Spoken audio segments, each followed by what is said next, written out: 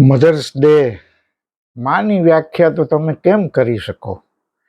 દરેકની માં હોય છે, પણ આજે એક એવી માની વાત કરવી છે કે જેમણે 30 વર્ષ સુધી સ્ત્રીત્વ છોડી અને દીકરીની પરવરિશ માટે પુરુષ વેશ ધારણ કર્યો. આ એવી માની વાત છે કે જેમાં અદ્ભુત માનસિક મજબૂતી હતી અને ત્યાગની અવધિ કહેવાય એવો આ કિસ્સો છે, જેને પપ્પી અથવા મુથુ તરીકે ઓળખવામાં આવે છે. મૂળ નામ એનું એમ શાંતિ છે.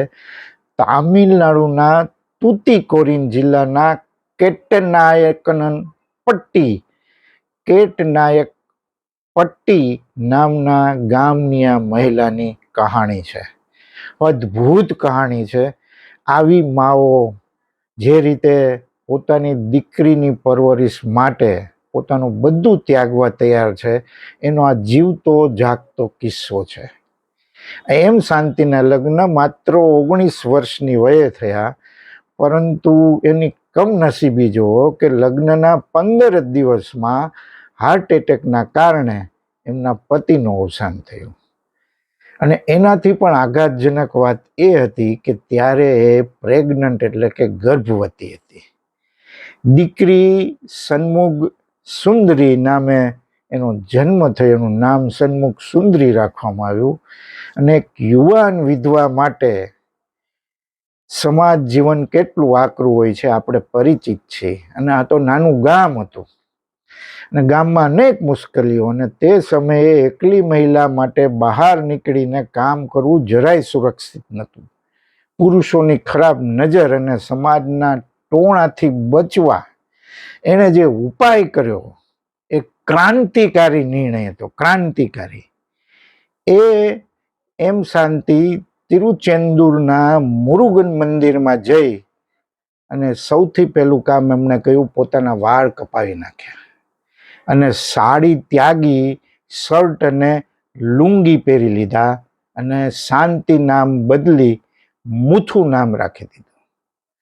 અને સૌથી આશ્ચર્યજનક વાત તો એ છે સાહેબ કે 30 વર્ષ સુધી એને આ ભેદ જાળવી રાખ્યો. બસમાં મુસાફરી કરે તો પુરુષોની સીટ ઉપર બેસે, પુરુષોના શૌચાલયનો જ ઉપયોગ કરે જેથી કોઈને શંકા ન જાય. અને તેમના નજીકના સંબંધીઓ સિવાય કોઈને ખબર નથી કે મુથુ હકીકતમાં એક સ્ત્રી છે. એક માતા તરીકે એણે પોતાના દીકરીના ભવિષ્ય માટે એવા કામ કર્યા જે માત્ર પુરુષો જ કરતા. ત્યારે એણે હોટલમાં માસ્ટર તરીકે કામ કર્યું, ચાની લારી ચલાવી, કન્સ્ટ્રક્શન સાઇટ પર ઈંટો ઉપાડવાની મજૂરી એટલે કે દાળી પણ કરી. અને મિથુ તરીકેની તેની છબી એટલી પાકી થઈ ગઈ કે લોકો તેમને અન્ના, આપણે જે મોટાભાઈ ગુજરાતીમાં કહીએ છીએ એમ અન્ના તરીકે ઓળખાવા લાગ્યા. તેણે પોતાના આધાર કાર્ડ, રેશન કાર્ડ અને મતદાર યાદીમાં પણ પોતાની જે સ્ત્રીની ઓળખ છુપાવી પુરુષ તરીકેની જ નોંધાવી અને પોતાની સ્ત્રી તરીકેની ઓળખ સાવ સંપૂર્ણ રીતે ભૂસી નાખી, જેથી દીકરીને કોઈ અનાથ કે અસુરક્ષિત ન માને. અને આખા 30 વર્ષની એની સફરમાં એને બહુ બધી સમસ્યાઓ આવી હતી. કેવી સમસ્યાઓ આવી? જ્યારે તેઓ શરૂઆતમાં સાડી પહેરીને ખેતરો કે ઈંટોના ભઠ્ઠામાં મજૂરી કરવા જતા, ત્યારે પુરુષ મજૂરો, કોન્ટ્રાક્ટર એમની એકલતાનો ફાયદો ઉઠાવવાની કોશિશ કરતા, અભદ્ર ટિપ્પણીઓ કરે, એક છેડતીનો પ્રયાસ પણ કરે. આ કડવો અનુભવ એનો જે નિર્ણય ક્રાંતિકારી હતો એના પાયામાં હતો. અને એના જ કારણે એણે વાળ કપાવીને પુરુષ બનવાનો નિર્ણય લીધો. એને સમજાયું કે આ સમાજમાં સ્ત્રી તરીકે સુરક્ષિત રહીને દીકરી ઉછેરવી અશક્ય છે. અને કેવી તકલીફો! પુરુષ તરીકે દેખાવા માટે એણે દાયકાઓ સુધી પોતાના શરીર સાથે બાંધછોડ કરી. સાહેબ, સ્ત્રી માટે એનું શરીર કેટલું મહત્વનું છે આપણે જાણીએ છીએ. ભર ઉનાળામાં એ જાડા કપડાં પહેરે એટલે એનું સ્ત્રીત્વ છુપાયેલું રહે. સતત લુંગી અને શર્ટ પહેરી રાખવાના કારણે ચામડીના રોગો પણ થયા, શારીરિક અગવડતાનો સામનો કરવો પડ્યો, પણ ડર એકમાત્ર હતો કે દીકરીની સુરક્ષા જોખમાય નહીં. શૌચાલય સૌથી કઠિન અનુભવ એનો શૌચાલયનો. મહિલા શૌચાલયમાં જઈ ન શકે કારણ કે પુરુષનો વેશ હતો અને પુરુષોના શૌચાલયમાં જવાનો એને ક્ષોભ અને ડર લાગતા. અને એનો તોડ એને શું કર્યો કે ક્યારેક જ જવું પડે અથવા તો દિવસ દરમિયાન જવું જ ન પડે. આખો દિવસ આ શાંતિ એટલે કે મૂથું પીવાનું પાણી ટાળતા, કલાકો સુધી કુદરતી હાજત રોકી રાખતા અને એની સ્વાસ્થ્ય ઉપર એને અસર પણ એની થઈ. અને શરૂઆતમાં જ્યારે વેશ બદલો ને ત્યારે પોતાના સગા સંબંધીઓએ પણ એમને તરછોડી દીધા હતા. આવું કોણ વાત સ્વીકારે કે એક સ્ત્રી પુરુષ તરીકે જીવે? ઘણા લોકો તો એને ગાંડા ગણતા અને ઘણા શંકાની નજરે પણ જોતા. તેમને કોઈ પ્રકારનો સામાજિક ટેકો મળતો નહોતો. એક માતા તરીકે એમણે જે એકલતા અનુભવી હશે કે કોઈ તમારી સાથે ન હોય ને દીકરીનું પાલન પોષણ કરવાનું હોય, એ આખો ગાળો કેવો હશે એની કલ્પના પણ આપણે નથી કરી શકતા. દીકરીને ઉછેરવા માટે એણે પોતાની સ્ત્રી સહજ સંવેદનાઓ અને ઈચ્છાઓનું ગળું ઘૂંટી દીધું. સાહેબ, પુરુષોની ટોળકીમાં ભળવા અને કોઈને શંકા ન જાય એ માટે ક્યારેક બીડી પીવાનું નાટક પણ કરી લે.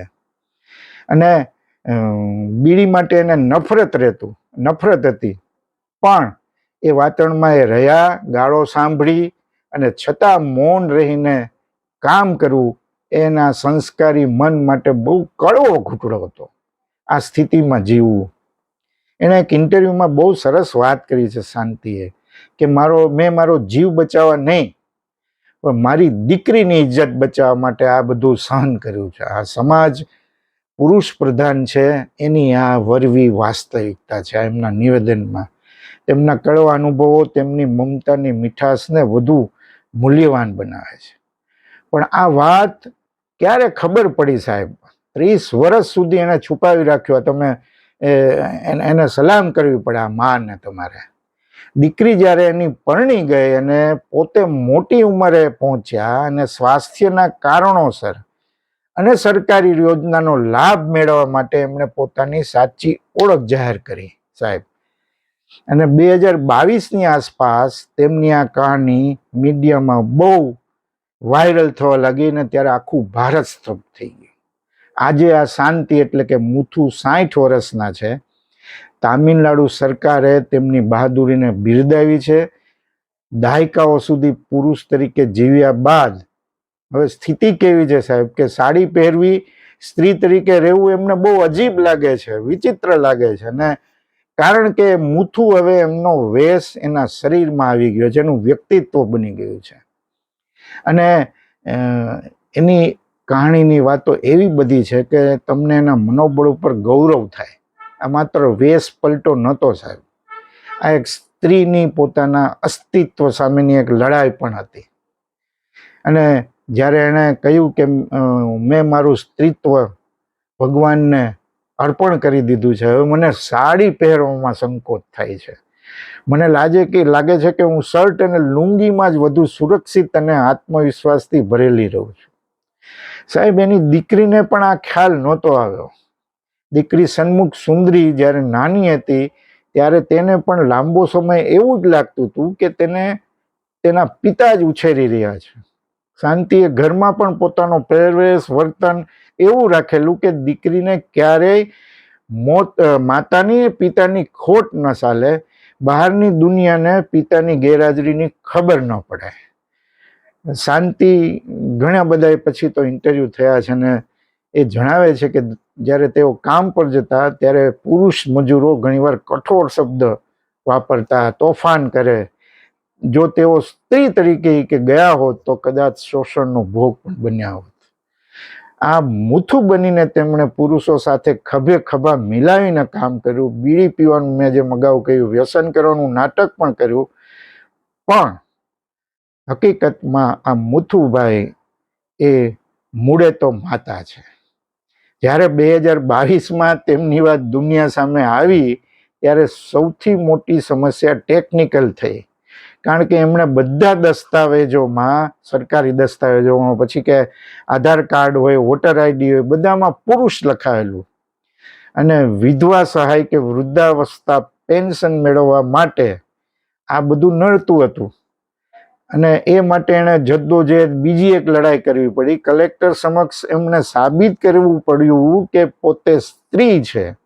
અને આ પ્રક્રિયા એના માનસિક રીતે એની માટે બહુ અઘરી હતી, કારણ કે 30 વર્ષ સુધી એણે ઓળખ છુપાવી હતી અને ફરીથી એને સ્ત્રી છે એવું સ્વીકારવું પડવાનું હતું.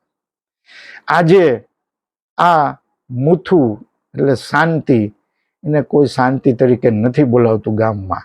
બધા એને મુથુ અન્ના જ કહીને બોલાવે છે.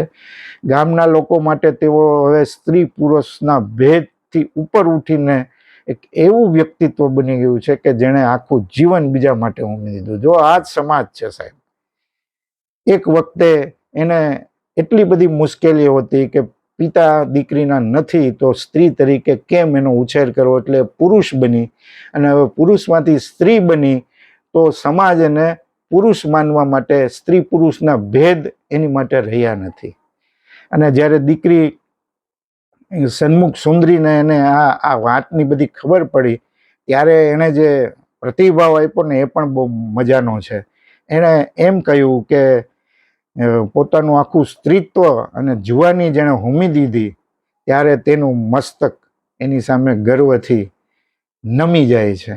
મીડિયા પાસે એણે કહ્યું હતું કે મારી માતા મારા માટે માતા અને પિતા બંને જ છે. દીકરીએ એમ પણ કીધું કે ક્યારેય એવું લાગ્યું નથી કે તેના ઘરમાં પિતાની ખોટ છે. તેની માતાએ મુથુ બનીને એટલી બધી સુરક્ષા આપી કે તે નિર્ભયપણે મોટી થઈ શકી. દીકરી માટે તેની માતા એક સુપર હીરો બની.